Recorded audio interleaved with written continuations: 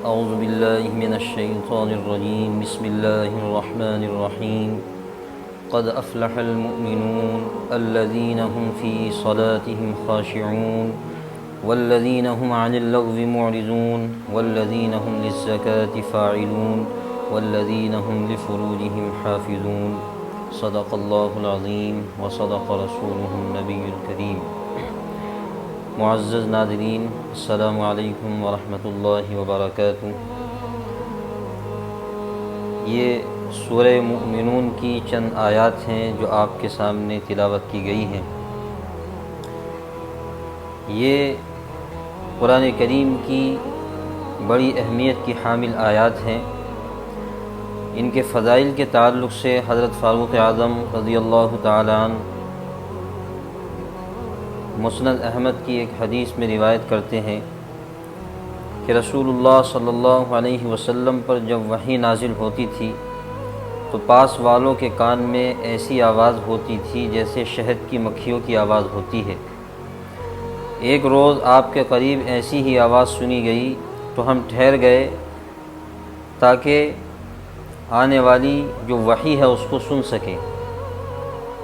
جب وحی کی خاص کیفیت سے فراغت ہوئی تو آپ صلی اللہ علیہ وسلم قبلہ رخ ہو کر بیٹھ گئے اور یہ دعا کرنے لگے، اللہم زدنا ولا تنقصنا واکرمنا ولا تہنا واعطنا ولا تحرمنا وآثرنا ولا تؤثرنا علینا وارض عنا وارضنا، یعنی یا اللہ ہمیں زیادہ دے کم نہ کر، اور ہماری عزت بڑھا ذلیل نہ کر، اور ہم پر بخشش فرما محروم نہ کر، اور ہمیں دوسروں پر ترجیح دے، ہم پر دوسروں کو ترجیح نہ دے، اور ہم سے راضی ہو اور ہمیں بھی اپنی رضا سے راضی کر دے۔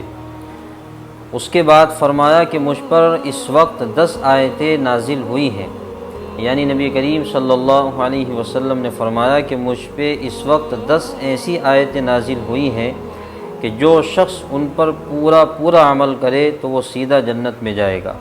پھر یہ 10 آیتیں جو اوپر لکھی گئی ہیں، جن میں سے چند آیات ہم نے آپ کے سامنے پڑھ کر سنائی ہیں، وہ یہی ہیں کہ قد افلح المؤمنون الذین هم فی صلاتهم خاشعون، کہ مومنین فلاح پا گئے۔ اور مومنین کون ہیں؟ جو اپنی نمازوں میں خشوع رکھنے والے ہیں۔ والذین هم عن اللغو معرضون، اور دوسری صفت مومنین کی یہ بیان کی گئی کہ جو لغویات سے اعراض کرنے والے ہیں۔ والذین هم للزکاة فاعلون، تیسری صفت مومنین کی بیان کی گئی کہ جو زکوٰۃ ادا کرنے والے ہیں۔ والذین هم لفروجهم حافظون، اور چوتھی صفت یہ ہے کہ وہ اپنی شرمگاہوں کی حفاظت کرنے والے ہیں۔ الا علی ازواجہم او ما ملکت ایمانہم، مگر اپنی بیویاں یا وہ جن لونڈیوں کے وہ مالک ہیں۔ یعنی 2 چیزوں کا اس میں استثناء کیا گیا ہے کہ اپنی بیوی سے انسان چونکہ ضرورت پوری کر سکتا ہے، اور جن کا وہ مالک ہے یعنی باندیا، تو ان کے پاس جانے میں ان سے اپنی ضرورت پوری کرنے میں کوئی حرج نہیں ہے۔ فإنہم غیر ملومین، اس لیے کہ اس سلسلے میں ان پر کوئی ملامت نہیں ہے۔ فمن ابتغى وراء ذلك فأولئک هم العادون، تو جو شخص اس کے علاوہ راہ تلاش کرے گا تو ایسے ہی لوگ ہیں جو حد سے تجاوز کرنے والے ہیں۔ والذین هم لأماناتهم وعہدهم راعون، اور اہل ایمان وہ بھی ہیں جو اپنی امانتوں کی اور اپنے قول و قرار کی نگہبانی کرنے والے ہیں۔ والذین هم علی صلواتهم یحافظون، اور اسی طرح ایک صفت یہ بیان کی گئی کہ وہ ایسے ہیں جو اپنی تمام نمازوں کی حفاظت کرنے والے ہیں۔ اس کے بعد فرمایا اولئک هم الوارثون، یہی وہ لوگ ہیں جو حقیقی معنی میں وارث ہیں۔ اور کس چیز کے وارث ہیں؟ الذین یرثون الفردوس هم فیہا خالدون، کہ یہ لوگ وارث ہیں جنت الفردوس کے، اور وہ جنت الفردوس بھی ایسی کہ ہم فیہا خالدون، اس میں ہمیشہ ہمیش رہنا ہوگا۔ انسان کو جب دنیا کی نعمت ملتی ہے تو اس میں جو داخلہ ہوتا ہے وہ غیر دائمی ہوتا ہے، نہ معلوم کہ وہ نعمت کب چھن جائے، لیکن جب جنت انعام کے طور پر مومنین کو دی جائے گی تو اس میں جو داخلہ ہوگا وہ ہمیشہ ہمیش کے لیے ہوگا۔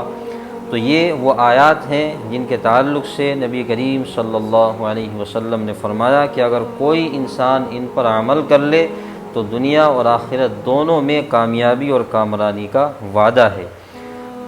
دو چیزیں ان آیات کے اندر بیان کی گئی ہے۔ پہلی چیز ہے فلاح، یعنی مومنین فلاح پا گئے۔ فلاح کے معنی ہمیں یہاں سمجھنے کی ضرورت ہے۔